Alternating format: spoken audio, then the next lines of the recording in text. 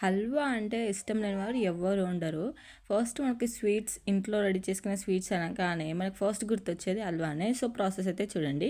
Stove పైన ఒక గిన్నె పెట్టుకొని, అందులో కొంచెం నెయ్యి వేసుకొని, అందులో జీడిపప్పు వేసుకొని మంచిగా వేయించుకోవాలి.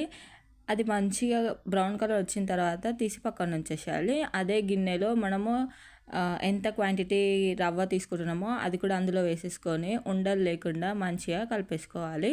వీడియోలో చూపిస్తున్నట్టు పొడి పొడిగా వచ్చేంత వరకు మనం దాన్ని కలుపుతూనే ఉండాలి. నెక్స్ట్ దాన్ని కూడా పక్కకు తీసేసుకొని అదే గిన్నెలో మనకి ఎంత క్వాంటిటీ రవ్వ తీసుకుంటున్నామో దాన్ని బట్టి మనం పాకానికి వాటర్ అయితే వేసేసుకోవాలి. ఆ వాటర్ కొంచెం వేడైన తర్వాత అందులోనే మనం చక్కెర కూడా వేసేసుకోవాలి. చక్కెర ఆ వాటర్లో కరిగేంత వరకు కలుపుతూనే ఉండాలి.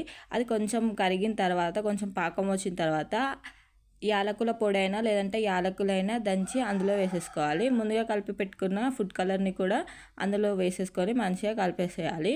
అది మొత్తం వాటర్లో కలిసేంత వరకు కలిపేసి అది మంచిగా పాకం వచ్చేంత వరకు మనం మసలనివ్వాలి. అది మంచిగా మసలుతున్న టైంలో ముందుగా వేయించి పెట్టుకున్న రవ్వను కూడా అందులో వేసేసుకొని కలిపేసుకోవాలి.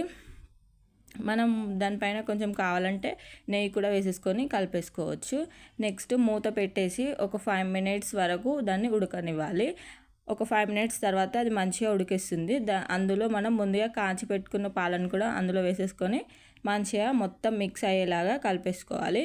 మొత్తం మిక్స్ కలిపేసి ఒక 5 మినిట్స్ తర్వాత స్టవ్ ఆఫ్ చేసేసుకొని దించేసుకొని ముందుగా వేయించి పెట్టుకున్న డ్రై ఫ్రూట్స్ని కూడా మీద వేసేసుకుంటే అంతే, ఎంతో టేస్ట్ అయిన హల్వా అయితే రెడీ అయిపోయినట్టే. సో, మీరు కూడా ట్రై చేయండి.